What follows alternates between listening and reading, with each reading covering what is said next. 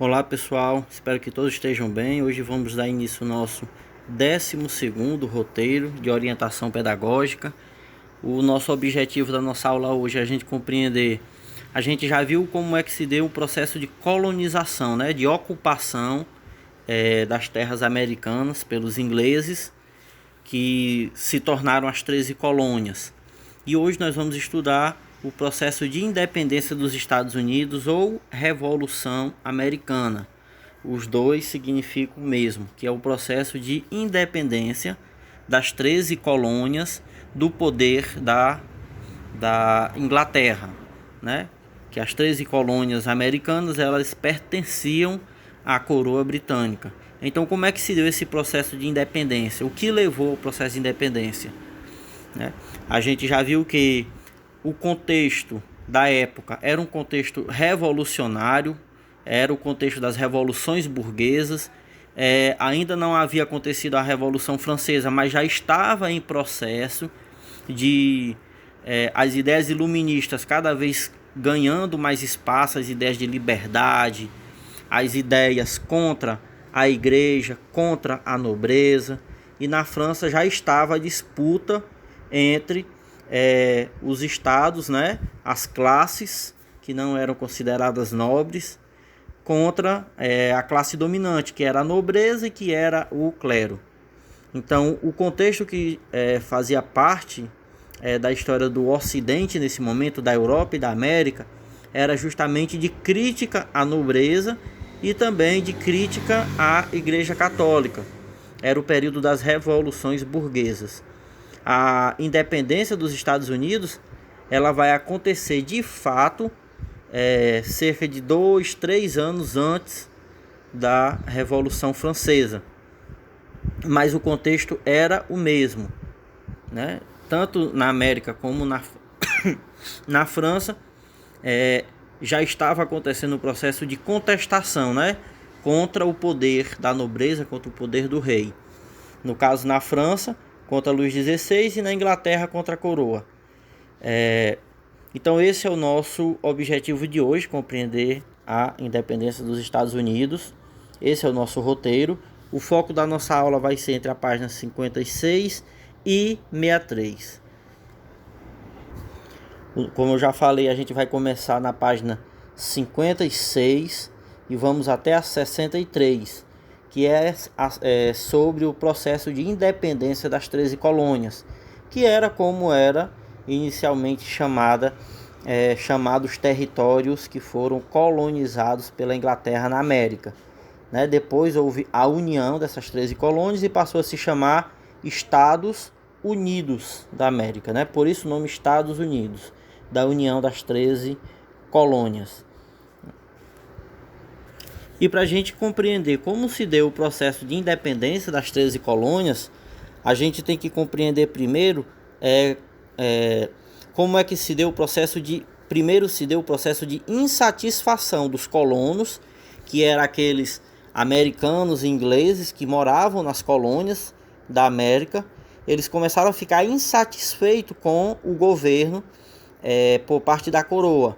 E essa insatisfação ela cresceu a partir da chamada Guerra dos 7 Anos, que aconteceu durante a segunda metade do século XVIII, que envolveu vários países da Europa. Essa Guerra dos 7 Anos ela era uma guerra por territórios. Cada um dos países, nesse caso aqui, Inglaterra, França, Prússia, Áustria,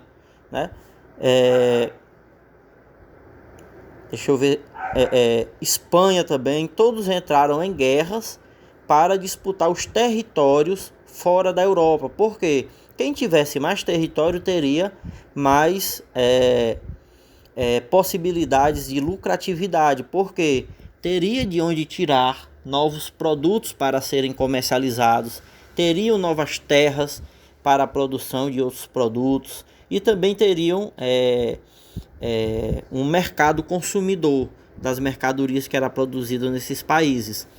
E os dois principais rivais na Guerra dos 7 Anos foi a Inglaterra de um lado versus a França do outro.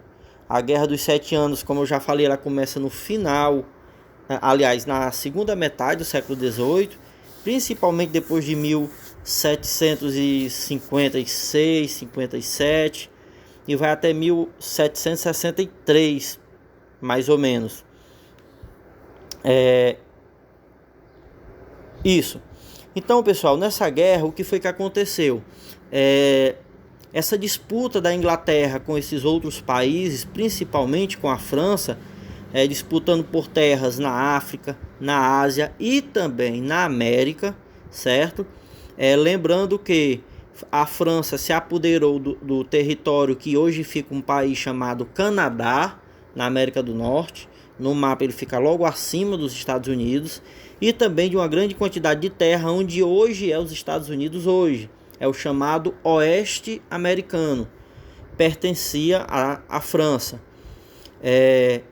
Inclusive tem até um estado americano dessa época que foi nomeado em homenagem ao rei Luís XVI da França, que é o estado de Louisiana.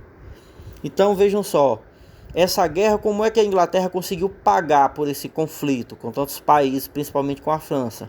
Ela conseguiu pagar aumentando os impostos cobrados por parte dos colonos, das 13 colônias.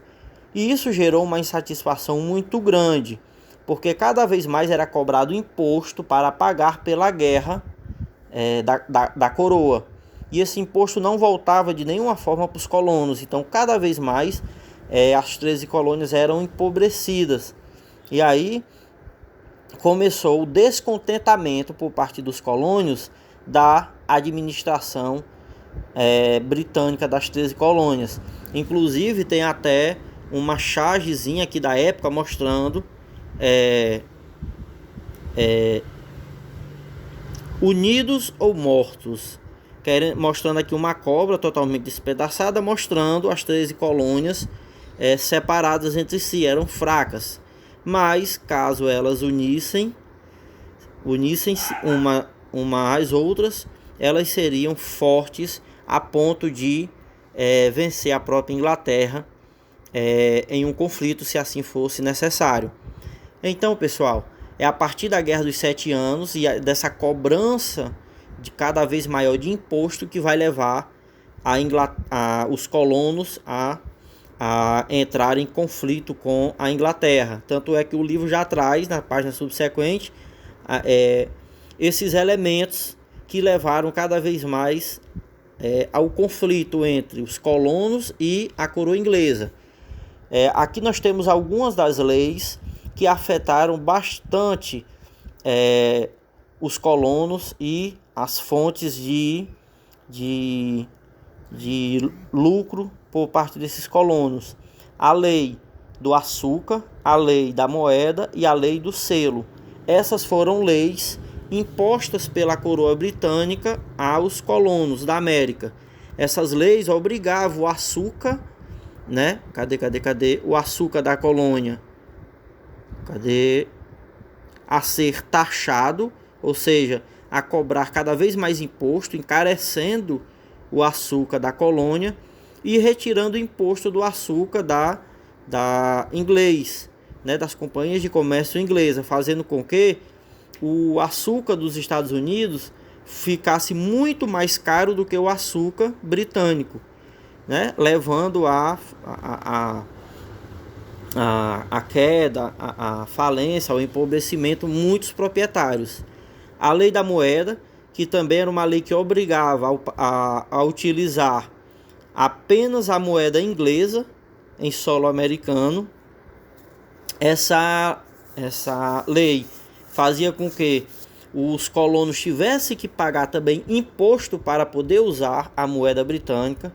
E a lei do selo é que todo produto comercializado deveria ter todas as cargas, o selo da coroa britânica, e também teria que pagar o imposto por esse selo.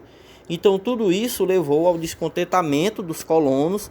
Eles se uniram em Boston, onde ficava a administração britânica, e eles foram recebidos à bala.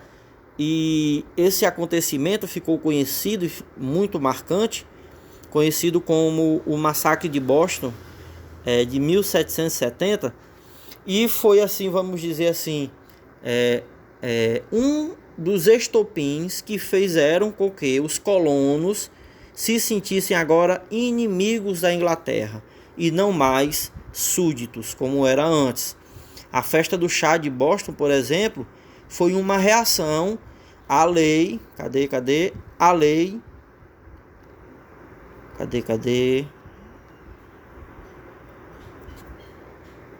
aqui, ó.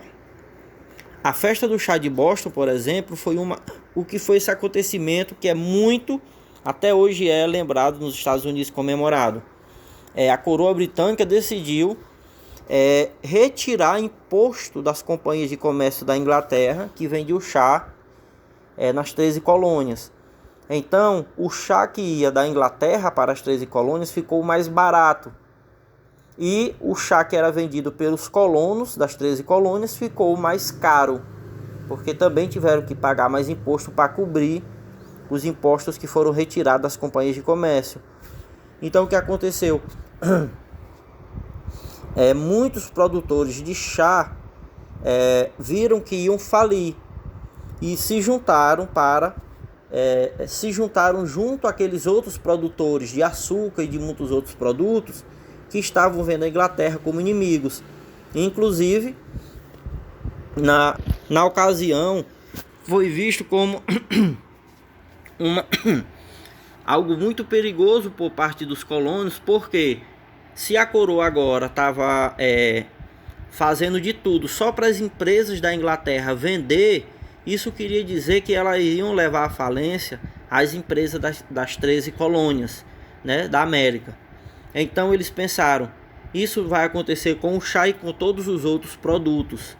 Então uma das formas que eles encontraram de se manifestar foi como eles se vestiram de indígenas americanos, se disfarçaram, invadiram o navio inglês da empresa, das companhias de comércio, de uma das companhias de comércio inglesa, e jogaram todo o chá no mar, né? Ficou conhecido como a festa do chá de Boston, né? Tempos após o massacre de Boston. E aí a coroa britânica ela revidou, aprovando, impondo as chamadas leis intoleráveis. Essas leis intoleráveis eram o que?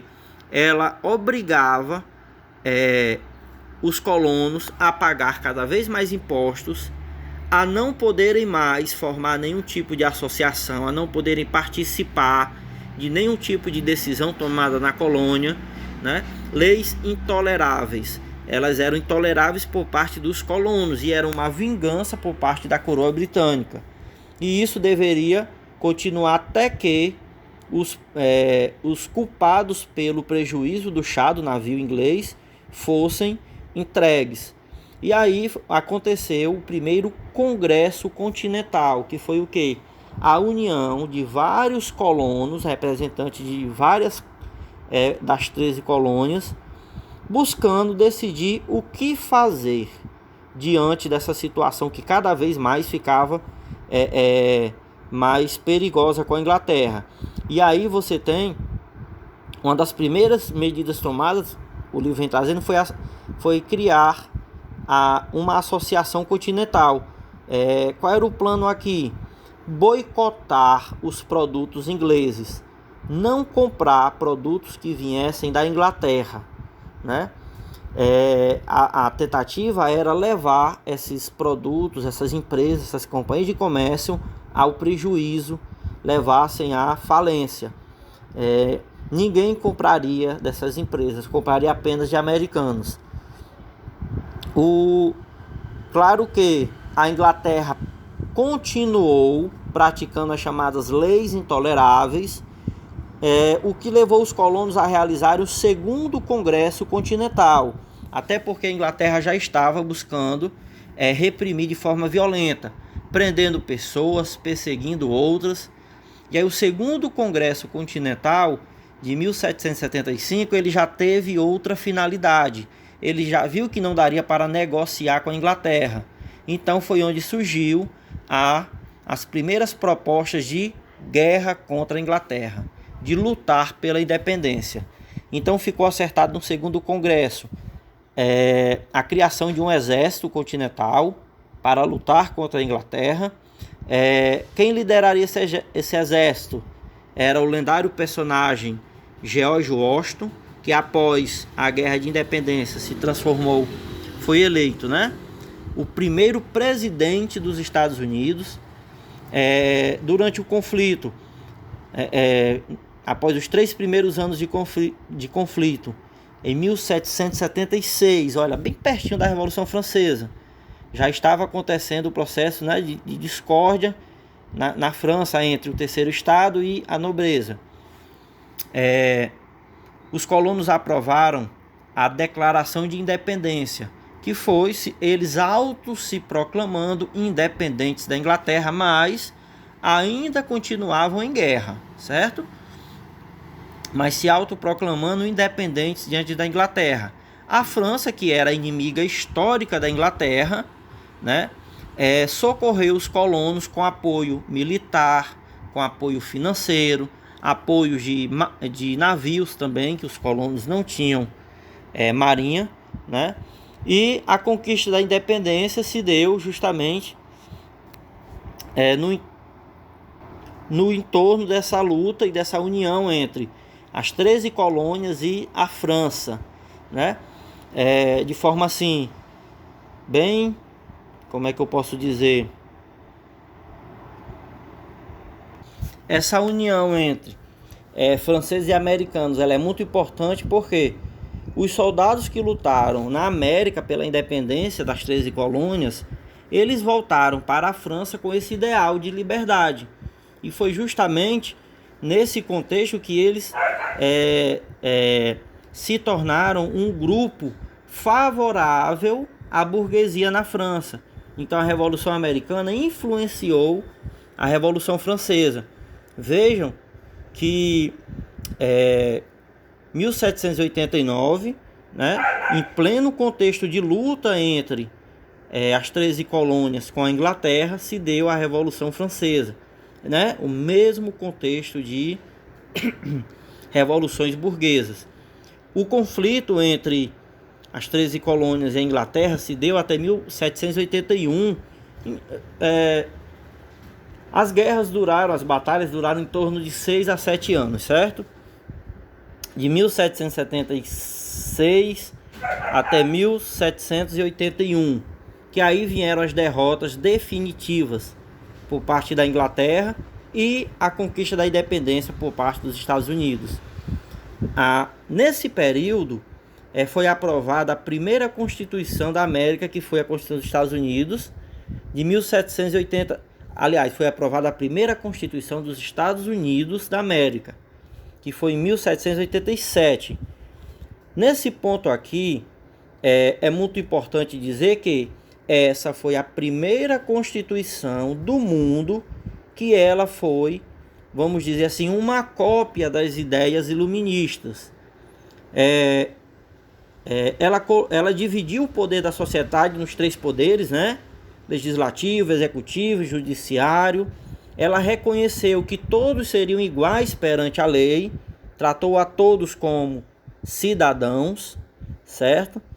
E ela passou a ser um símbolo depois para a Constituição de todos os outros países do Ocidente, para a Constituição depois da França, da Inglaterra, né? Até mesmo para a Constituição brasileira. E o Estatuto dos Direitos, que era reconhecido pela Constituição Americana, ela trazia justamente que a sociedade ela seria regida pelos 3 poderes a partir dos direitos. Todos teriam direito à igualdade, direito à liberdade de expressão, de culto religioso, né? Então, uma sociedade do direito, todos têm seus direitos e direitos iguais. Mas aí entra algumas contradições. Que contradições? A ideia de cidadão, todos serem iguais perante a lei e ter os mesmos direitos, ela não é bem assim. Por quê?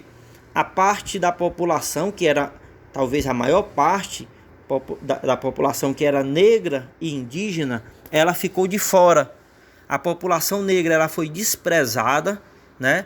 Ela não teve direitos à igualdade, até porque permaneceu nos Estados Unidos a escravidão.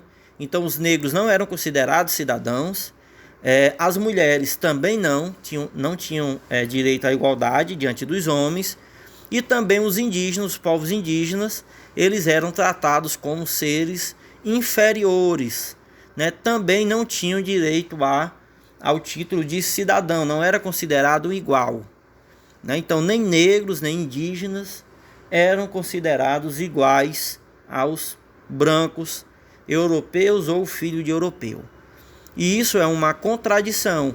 Um país que se diz preservar a liberdade, a igualdade, tratar a maior parte da população que era negra e indígena como inferior, um tipo de pessoa ou de raça inferior, né, à raça branca, como era tanto falado nas leis. E aí a morte de um negro, por chibatadas, a morte de um índio ou de uma tribo inteira, ela não era vista com maus olhos. Se isso fosse feito pelo homem branco que estava, né, levando o progresso, levando o desenvolvimento, a marcha para o oeste, que foi a ocupação das terras que antes pertenciam à França, no oeste, ela foi movida a banhos de sangue. Tribos inteiras, milhares, dezenas de milhares de índios foram assassinados, né, durante essa marcha, onde os colonos brancos, ingleses, americanos iam tomando as suas terras, iam matando eles e tomando as suas terras. Então é uma contradição pós-independência. Então, pessoal, para que nós possamos compreender assim de forma mais, vocês podem até anotar no caderno de vocês, de forma mais clara e objetiva, o processo que levou à independência das 13 colônias, e hoje a gente chama de Estados Unidos, que foi o nome que foi dado após a declaração de independência que nós vimos, se deu lá em se eu não me engano, 1776, se eu não me engano. A gente começa lá com a Guerra dos 7 Anos, que fez com que, principalmente de Inglaterra e França, que fez com que várias medidas fossem tomadas pelo parlamento inglês para aumentar o pagamento de imposto por parte das 13 colônias, a reação dos colonos, a aprovação dos atos de Touchet, que eram, né, leis e que diminuía a participação daquelas empresas dos colonos no comércio das 13 colônias, passando pelo massacre de Boston, passando também pelo decreto do ato do chá, que é aquele que eu falei, aquela lei que buscava tornar o quê? O comércio de chá nas 13 colônias um monopólio inglês, ou seja, só as empresas inglesas poderiam vender chá. E aí a festa do chá de Boston, que foi aquela reação dos colonos, né, invadindo o navio disfarçados de índios americanos, as leis intoleráveis, que você vê que é sempre uma disputa entre o parlamento, a coroa britânica com os colonos, né? Sempre teve início com a Guerra dos 7 Anos, a cobrança de imposto, eles reagindo e cada vez a tensão aumentando. Até que o primeiro Congresso da Filadélfia, com as medidas de boicote, boicotar é você não favorecer, é como se fosse quebrar as regras, né? Então não compraria das empresas britânicas.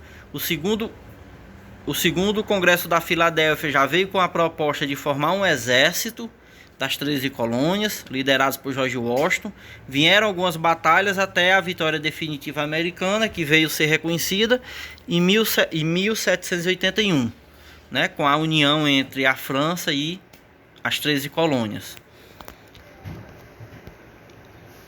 A Guerra dos Sete Anos, não vou adentrar, mas a gente já sabe que essa Guerra dos Sete Anos, principalmente ela se deu entre a Inglaterra e a França.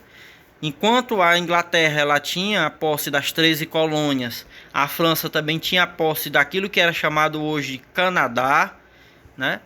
É o país Canadá, e também dessa região chamada Louisiana, que é o oeste americano. Então a Guerra dos Sete Anos foi justamente por esse território, né? Deixa eu passar. O plano da unificação desde muito cedo foi algo discutido por parte. Deixa eu tirar aqui essa barra.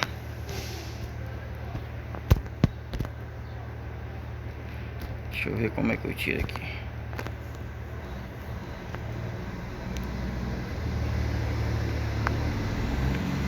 Foi sempre algo discutido por parte dos colonos. E aí um dos principais nomes vai ser Thomas Jefferson, que junto com George Washington vão ser os grandes nomes do processo de independência. As cédulas americanas, ela vem justamente com esses personagens: Thomas Jefferson, George Washington. Como eu já falei, George Washington foi o primeiro presidente eleito dos Estados Unidos. Aqui a mesma imagem do nosso livro, né? Essa imagem que traz a cobra representa as colônias, separadas eram fracas e seriam derrotadas, juntas seriam fortes. Então, unir ou morrer era o lema dessa charge. As consequências da Guerra dos Sete Anos a gente já viu, não vou adentrar mais. A Inglaterra saiu vitoriosa, a França perdeu colônias na América, que era o oeste, né? A guerra foi muito cara para a Inglaterra, o que fez ela cobrar cada vez mais imposto por parte cobrar imposto aos colonos. E cadê? Pronto. Após junto à Guerra dos Sete Anos, a Inglaterra começou a cobrar cada vez mais imposto e também começou a ditar as regras do comércio, impedindo, por exemplo, que os colonos ocupassem as terras que antes eram da França. E essas terras passou a pertencer à coroa britânica e às companhias de comércio inglesa, né? A lei do açúcar proibia a importação de rum, cobrava taxa sobre a importação do melaço que não viesse das Antilhas Britânicas, ou seja, todo o melaço, todo o açúcar que viesse de produção dos colonos tinha que ser cobrado taxas de impostos, o que fazia com que esses produtos ficassem mais caros e os produtos da Inglaterra mais baratos, né? A lei do selo, nós vimos também, cobrava uma taxa sobre os diferentes documentos comerciais, notas, contratos, testamentos, joias, cartas, etc. Tudo que precisasse do selo britânico seria cobrado uma taxa sobre, o que tornava as importações mais caras também. A lei dos alojamentos obrigava os colonos a fornecer alojamento e alimentação para as tropas inglesas em território americano. Então as tropas tinham que ser alimentadas, vestidas e guardadas sob teto e sob pagamento dos colonos, né? E não da coroa inglesa. A reação dos colonos: várias formas de contestação, enviaram um manifesto ao parlamento inglês, né? Buscaram fazer associações entre si. O parlamento inglês, por sua vez, não ligou para isso, continuou aprovando várias leis, como leis impostas à navegação, que davam aos oficiais britânicos autorização para procurar nas casas e nos barcos de colonos produtos contrabandeados a taxas, impostos sobre vidro, chumbo, tinta, papel, chá. Então, cada vez mais, aqueles que eram produtores nas 13 colônias, eles estavam vendo seus negócios serem destruídos pela coroa inglesa. E aí que um dos pontos maiores chegou ao massacre de Boston, que nós já vimos isso, né? O parlamento aprovando a lei do chá, tentando proibir o comércio de chá por parte dos colonos e permitir apenas por parte da Inglaterra, das companhias de comércio inglesa. A festa do chá, a gente já viu também que foi aquele imenso prejuízo. Os colonos se disfarçaram de indígenas americanos e jogaram chá no mar, o chá inglês no mar. As leis intoleráveis, fechamento de portos como o principal dos Estados Unidos, que era o de Boston, a ocupação militar de Massachusetts, o envio de tropas, o rigor no julgamento de crimes contra o Império. Muitos foram mortos, capturados, presos, torturados. Então é como se fosse assim o fim da liberdade nas 13 colônias. A lei do alojamento, como a gente já viu. E aí teve o primeiro congresso da Filadélfia, com alguns pontos. Vocês podem dar pause nesses momentos do vídeo e anotar alguns pontos. Nós temos também no nosso livro, né? Mas o primeiro congresso, principalmente o que ficou decidido, que foi a tentativa de boicote, né? A Batalha de Lexington, que foi antes das guerras de independência, mas foram tropas de milícias. O que é milícia? Uma formação de pessoas combatentes que não era um exército. Essas milícias eram formadas por produtores, né, proprietários das 13 colônias, contra tropas oficiais inglesas, né, contra o exército inglês. Os colonos saíram